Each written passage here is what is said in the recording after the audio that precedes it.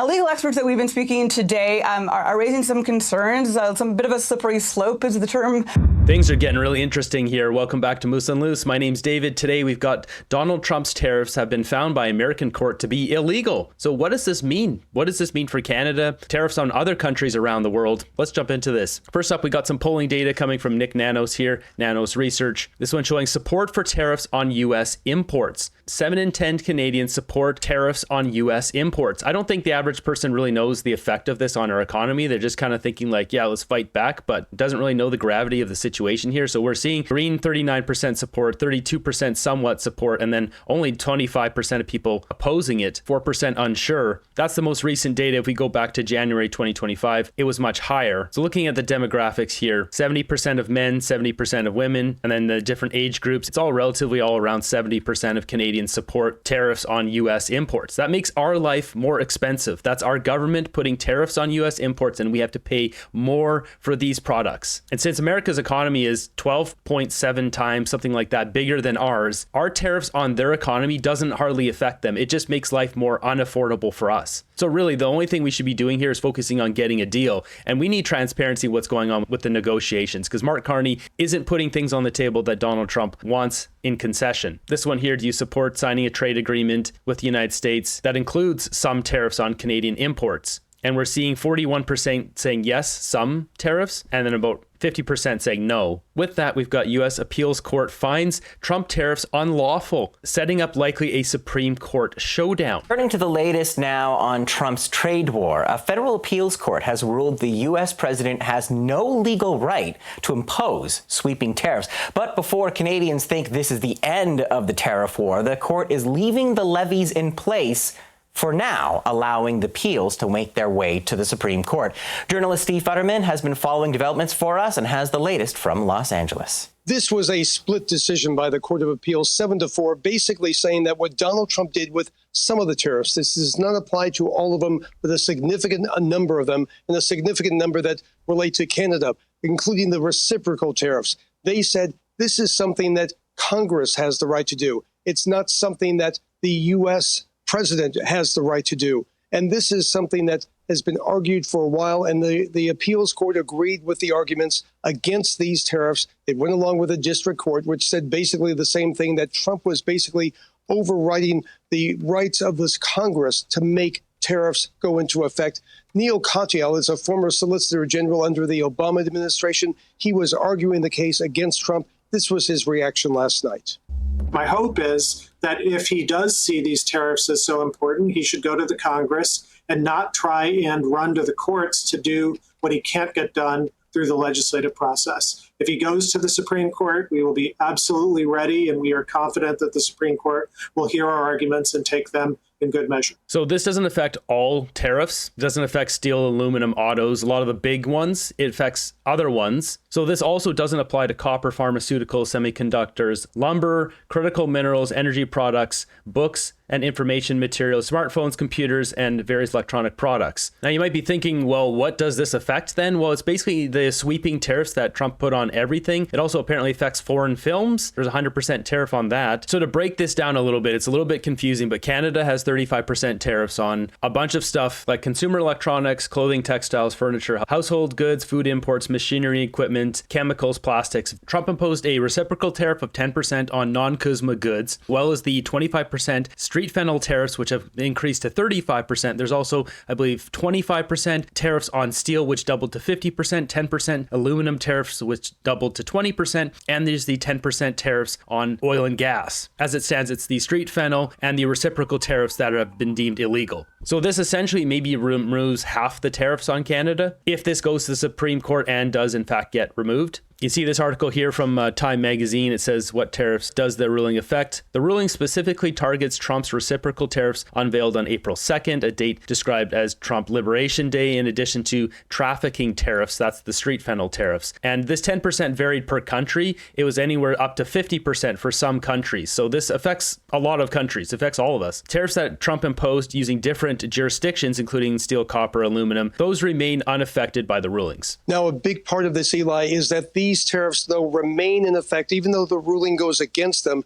The tariffs remain in effect till mid-October. This is to allow the Trump administration to appeal the ruling, which it certainly will, to the U.S. Supreme Court. So even though the ruling goes against the Trump administration right now, nothing has changed in the last 24 hours, but it could change in the future. Yeah, so critical, and so many Canadians watching this very closely. Oh, now, yes. Trump did go straight, not to the courts, but to, of course, Truth Social, where I imagine he didn't hold back. Give us a gist of his reaction. Yeah, as you might expect, very quickly, the president and the White House did react, really attacking this ruling by the Court of Appeals. Let's go to see what the president said on Truth Social. You can see in all caps, he says, all tariffs are still in effect, which is correct. He says, accuses the court of being highly partisan. He then says that if these tariffs ever went away, he said it would be a disaster for the U.S. economy. And finally, if we look at the end of what he said, he talks about the Supreme Court. He feels the Supreme Court will back him up. Again, lots of legal experts feel differently. Katyal is one of them. He feels the Supreme Court will back up the Court of Appeals. So we're going to have to wait and see. But for the moment, a victory. But again, the tariffs remain in effect, but they have been challenged successfully at this moment. But the ruling is going to have to go to the U.S. Supreme Court. It seems almost certain, Eli, the Supreme Court will make the final decision on these tariffs, and they will probably make it fairly soon. Again, the mid-October date has been set up by the Court of Appeals. That's when this ruling would take effect. We probably will expect a Supreme Court decision before that. Journalist Steve Fetterman in Los Angeles. So what does this ruling mean for Canada and its ongoing tariff talks with the Trump administration? We spoke about it earlier with Lawrence Herman. He's an international trade lawyer and former Canadian diplomat.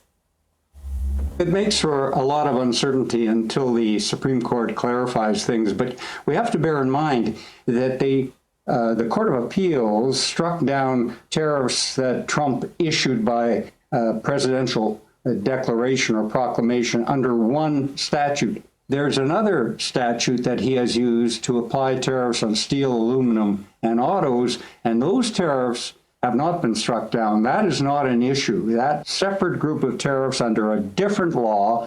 Yeah, so those are not affected. The key thing coming out of this is Mark Carney should strike now to get a deal. If he approaches Donald Trump right now and almost treats the tariffs like they're still in place, they are technically in place, but treat them as if they will be in place going forward, almost respecting the tariffs as part of the negotiation, because really this is a blow to Trump's negotiation. This is essentially Trump, if he loses these tariffs, he would be capitulating for nothing. So if Mark Carney treats it like he's trying to remove these and respecting the tariffs as they're going to continue to be there, which they may not be, it would be a great opportunity to try to get a deal. Say, hey, if you remove the 35% tariffs, move the steel, aluminum, auto tariffs, all those tariffs, here's what we're going to give you: supply management, critical minerals, clean up the border, more military spending. We're going to stop allowing China to send steel through Canada into America, all this kind of stuff. Now's the time to strike, because Trump is on the back foot. It's a shot to his negotiating position. And if Carney shows respect, he's more likely to get a deal right now. Unfortunately, Mark Carney's not serving us. That is the problem here. I still don't think he will get a deal because he's in it for America. Mark Carney's basically an American. Still applies. So that is something that Canada has to deal with, but at least we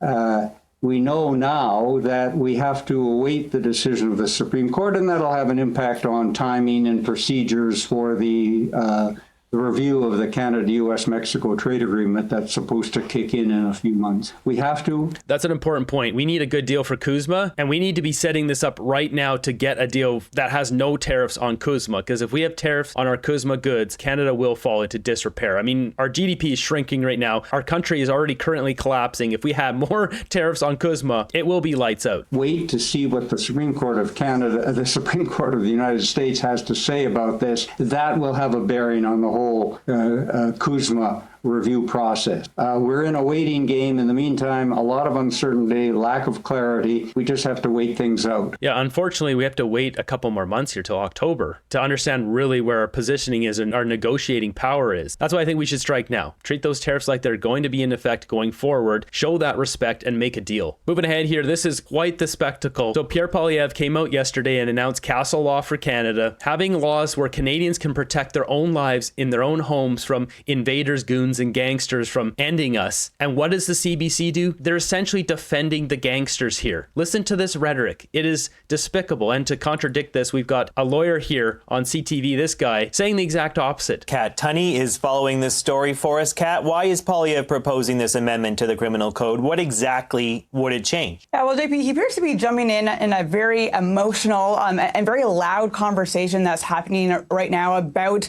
self-defense and what you can and cannot do in your own home. And of course, this debate is in the spotlight mainly because last week police charged a man with aggravated assault after someone allegedly broke into his home in Lindsay, Ontario. And there's still many missing facts in the story as it kind of works its way through the court system, but it's led to a lot of public outcry. And this is not the only missing facts, like the guy broke in with a crossbow and there was 4 men, like those missing facts, like the fact that the homeowner went to his phone, turned on his phone to call 911 in the kitchen to request help. The light came on, the gangster saw him, came at him, smashed him in the face with a crossbow, and then he pulled a kitchen knife from the kitchen where he was standing to defend himself. Like those facts? Case where someone has faced charges due to a home invasion. So what Poilievre is pushing is kind of an amendment to the criminal code to clarify what is reasonable when someone comes into your home and poses a threat. And to be clear, the existing law does allow you to respond. It does allow you to defend yourself within reason and if it's proportional. And the courts are kind of asked to consider 9 factors when determining what is reasonable, things like what weapons were used, the size of the 2 people or how many people are involved, and of course. Yeah, and you don't have time to do that when there's gangsters in your house that are there to exterminate you. That's the problem. There's no time to assess danger when danger is there. You literally reaching for the kitchen knife because you're in the kitchen trying to call the cops and a guy just smashed you in the face with a crossbow. Obviously, you're going to take that kitchen knife and poke it right into the guy. Anyone with the will to live would do that. How real the threat was as well. So the Conservative proposal, as you saw there, it's much more simple. There's 2 conditions he's asking to look at, and it would really make sure that reasonableness is presumed in these cases.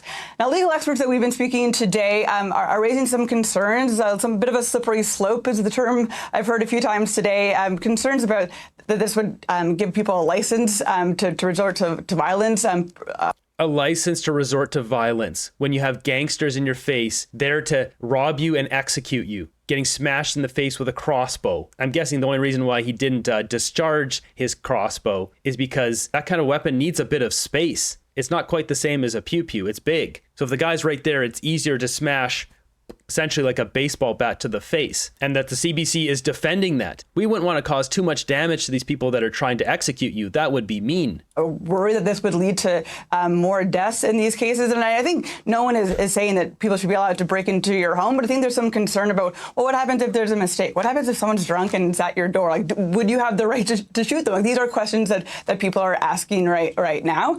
If a drunk person comes into my house with a crossbow, I don't care what their excuse is. And not only that, that gangster wasn't drunk. He charged him and smashed him in the face with a crossbow. He wasn't stumbling around and reeked of stumbling juice. I think there's also, some concerns about, I've heard today about perhaps a knee-jerk reaction to a story that we don't have all the details in. And just, as a really quick summary, so far all we really know, according to court documents in this Lindsay case, is that the tenant, Jeremy McDonald, used a knife to attack the accused, the alleged intruder, this guy named Michael Breen, who was allegedly carrying a crossbow. So it sounds like a lot of things happened behind those closed doors. Acquaintances have told CBC the 2 men knew each other. So a lot more to find out in that case.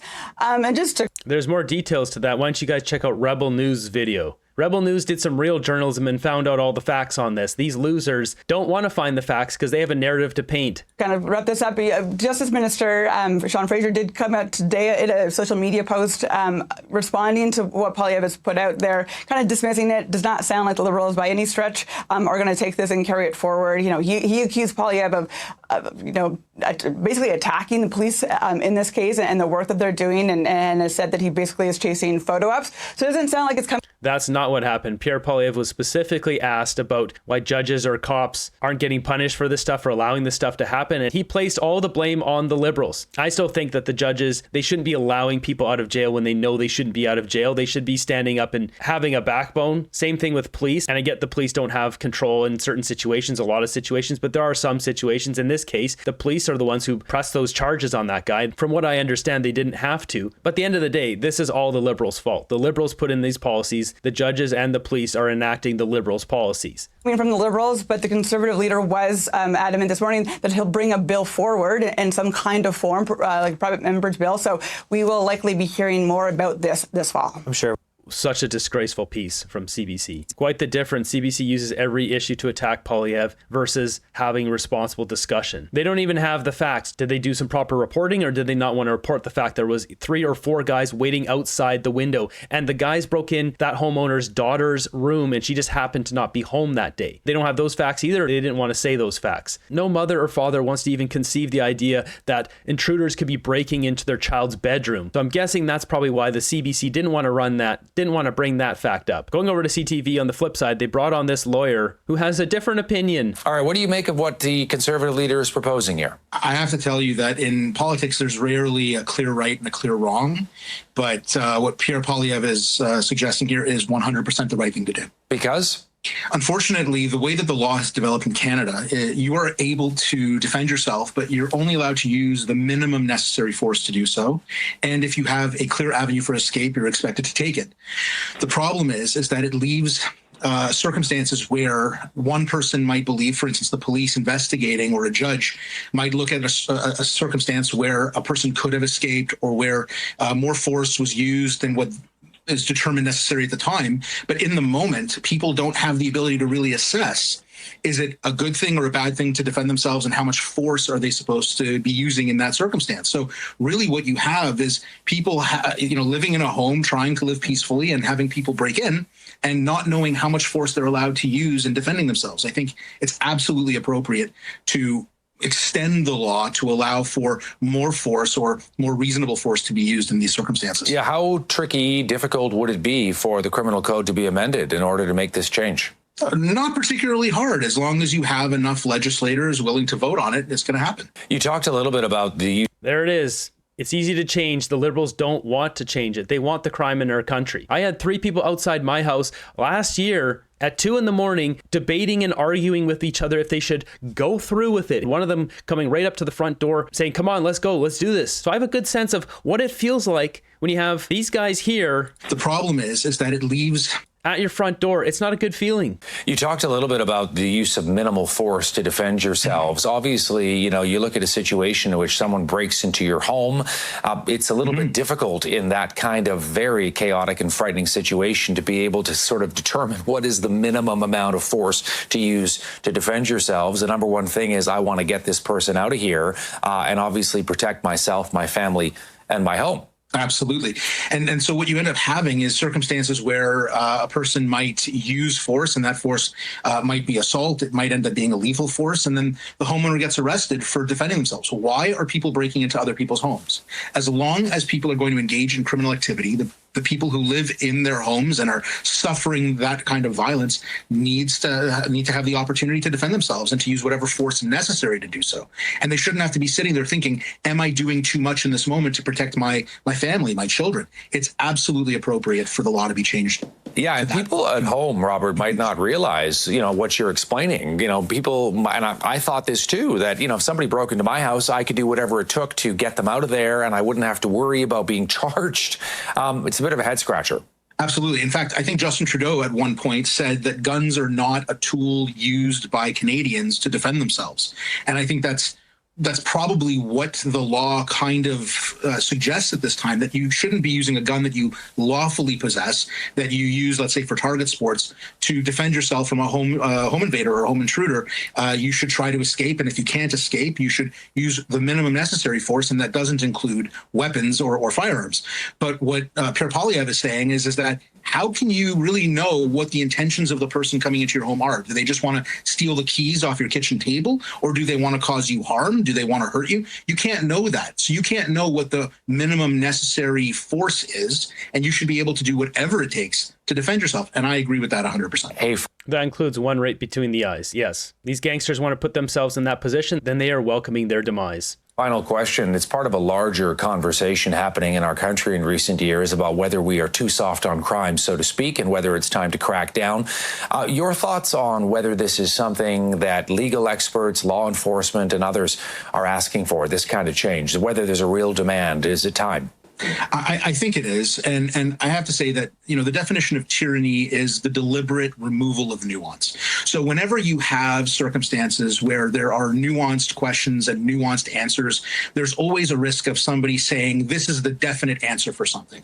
But what we've seen over the last number of years, I'd say more than a decade now, is an increase in the crime rate, an increase in shootings. We see the same people being arrested and released multiple times, and they continue to offend and reoffend. And so the system is clearly not capturing the need of society as a whole to defend the public that engage in that society lawfully and calmly and appropriately. And so if the system is not really capturing a way of dealing with that, then we need to give people the opportunity to protect themselves more in their homes. So I think society definitely has to do a better job of being tougher on crime while obviously maintaining nuance to look at things on a case-by-case basis. Hey, Robert, it's wonderful to get you. The Liberals have made it easy for criminals to do crime, and then our law doesn't allow us to protect ourselves. Homeowners only have seconds to decide what to do. They cannot use that time to contemplate what level of force will or will not land them in jail. Homeowners must be allowed to use whatever force they quickly decide is necessary if invaders break in. That's just it. We saw that example Pierre brought up the other day of guys with a sawed-off pew-pews, and there was a struggle and the pew-pews went off and hit the home invaders, and then the homeowner got charged. Like, that's the dumbest thing I've ever heard. When you have strict laws on this kind of stuff, then you get less crime. I mean, look at North Korea. Do you think people are doing home invasions and all sorts of crime there? No, because Kim Jong-un will just have them whacked. If you do anything there, they'll just take you out. I bet North Korea has probably some of the lowest crime. Now, we don't want to be like that, but we should have strict punishment for crime, and we should allow Canadians to defend ourselves. Whether that means someone's using the Louisville Negotiator or a pew-pew, you have to make it dangerous for criminals to break in.